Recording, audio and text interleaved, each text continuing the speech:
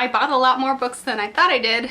Yikes. This is possibly the biggest book that I own. I hate reading it at this point.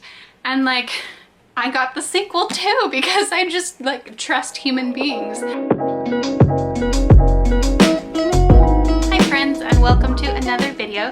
Today I have an exciting book haul for you, which is a little bit uncommon for me. I don't usually buy a lot of books, but this year has been a slice.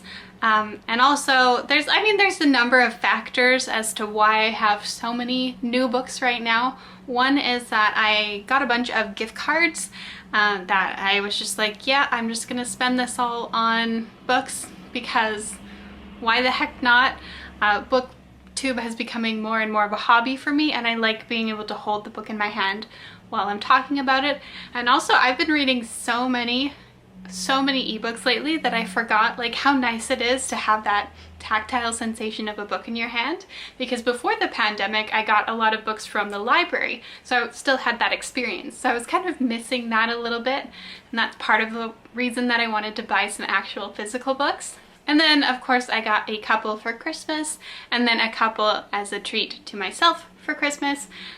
So yes, I've got a whole stack of books here, so let's get into it. So firstly, these are two books that TikTok definitely made me buy. I don't know if anyone else is on Book Talk, but it's just like a bunch of great book recommendations and people nerding out about Sarah J. Maas, and it's like, yes, that's my vibe. So I've been diving pretty deep into the Book Talk, and one book that everybody has been talking about so much and like comparing to SJM level of goodness is this series, Kingdom of Ash by Jennifer L. Armentrout.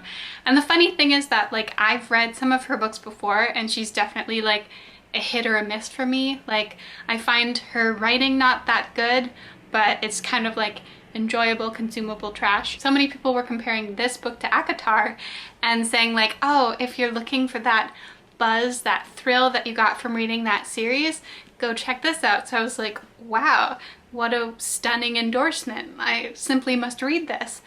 And like, I got the sequel too because I just like trust human beings. Note to self, don't trust people because what is this garbage? Like honestly, I think it might be the worst book by Jennifer L. Armentrout that I've ever read, and that's including the series that she like stole from Rochelle Mead. So like, girl, what the hell is this book? Like, just to give you an example of how bad the writing is, there's one page where she says, what's going on here? And then the guy says, I think you know what's going on here. And in the next paragraph below, in her head, in her inner monologue, she says, I did know what was going on here. Like, why the repetition? It's so unnecessary. So like, I'm not done this book yet. I've got about 100 pages left. I hate reading it at this point. The thing is, she writes really good sex scenes, so like I'm kind of only hanging in there for the hot and steamy stuff, which like, hey, you know what? It's my trash and I'm gonna eat the trash, okay? So, but like this is probably gonna be a 2-star. I'm so disappointed. I really wanted to like it. I'm gonna read the second one too because I have it, and then I don't know, I might just donate them or something. The next books I got were the Dark Artifices series by Cassandra Clare. And it's like, I know it's outrageous that I bought this when I haven't even finished the Mortal Instruments series, but like, I just wanted to have them so I'd be ready. The thing is, I've heard really good things about them, and I really love her Clockwork Angel series, so I just like felt like I would take a leap of faith and just buy this so that once I finish the Mortal Instruments series, I can just dive right into this. But like, holy hell, Queen of Air and Darkness, this is possibly the biggest book that I own. Like, this is huge. Why is it so big? And the thing is, it's pretty light. So like, clearly, I'm just looking at how many pages there are. Oh, I just saw Jace's name. Oh, somebody's kissing. There's pictures in this. Okay. So I'm like spoiling it for myself. So it's like 880 pages. So it is long, but like, the fuck? So big. That's what she said. So I just talked about this in a previous video, but I also bought the Muse of Nightmares and Strange to Dreamer books. Like, look how gorgeous those covers are. Just stunning, immaculate, perfection, exquisite. These books are so great. I love Laini Taylor's writing. She is just so good at creating like the atmosphere, the vibe, the tragedy, the like intricately tied and twisted relationships and long-standing feuds between different communities. It's just, she's so good at writing those kind of stories. So now I have Muse of Nightmares, so I can read it when I'm ready. I don't know if that's going to be in January. I'm kind of a mood reader, so just whenever I feel like it. The next book I got was How the King of Elfhame Learned to Hate Stories by Holly Black. So I have read the entire Cruel Prince trilogy. I loved the first and second books, and the third book was a little disappointing just because of how short it was. Like, I wish she had done more with the ending of the series. But I still really like it, and I just saw how beautiful this book was, and I knew I needed to have it. I just want to show you like what it looks like with the cover off. So it's just got this beautiful gold writing, and the inside is like these gold crowns and acorns and stuff. And I had no idea when I bought this, but it's actually illustrated in color. So I've already read this, obviously, because it's short and it's beautiful.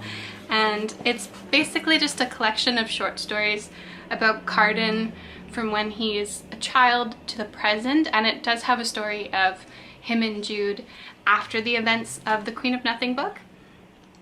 But I really liked how it kind of felt like a fairy tale. Like, it had those fairy tale storytelling elements to it, and it's just, the illustrations are so pretty, and this is such a fun book to read.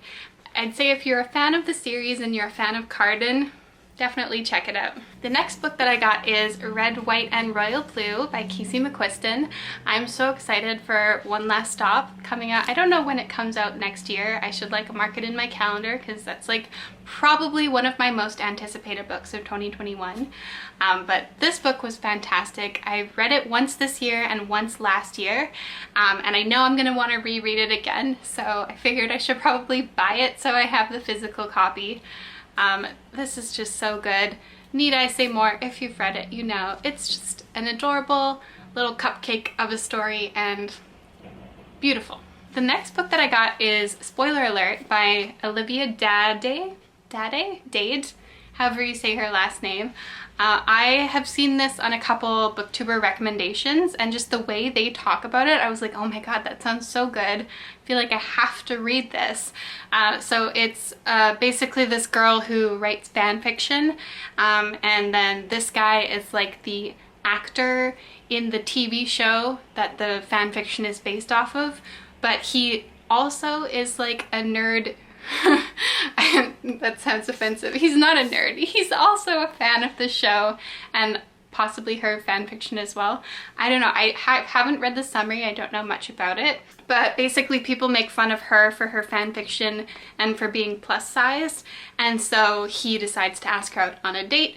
And obviously they fall in love, and it just looks like it's going to be so cute and heartwarming, and it's got that fan fiction element, so it reminds me a little bit of Eliza Henner Monsters, which I absolutely loved reading, so if it's anything like that, I know I'm going to enjoy it. The next book I got was Aurora Rising by Amie Kaufman and J. Kristoff. I don't know a whole lot about what this is about. I have tried to read it. I tried listening to the audiobook and I couldn't get into it, but I know that I really want to read it, so I decided to buy the physical book purely based on the fact that I loved the Illuminae Files series that they wrote together. So it's like another spacey book with the two of these awesome authors. Like, sign me up. Hell yes. I don't need to know anything about what this book's about. I know I'm gonna read it and likely enjoy it. So the second book is also out, so if I end up liking this, I'll probably buy the second one as well. But also just like, look how pretty the cover is.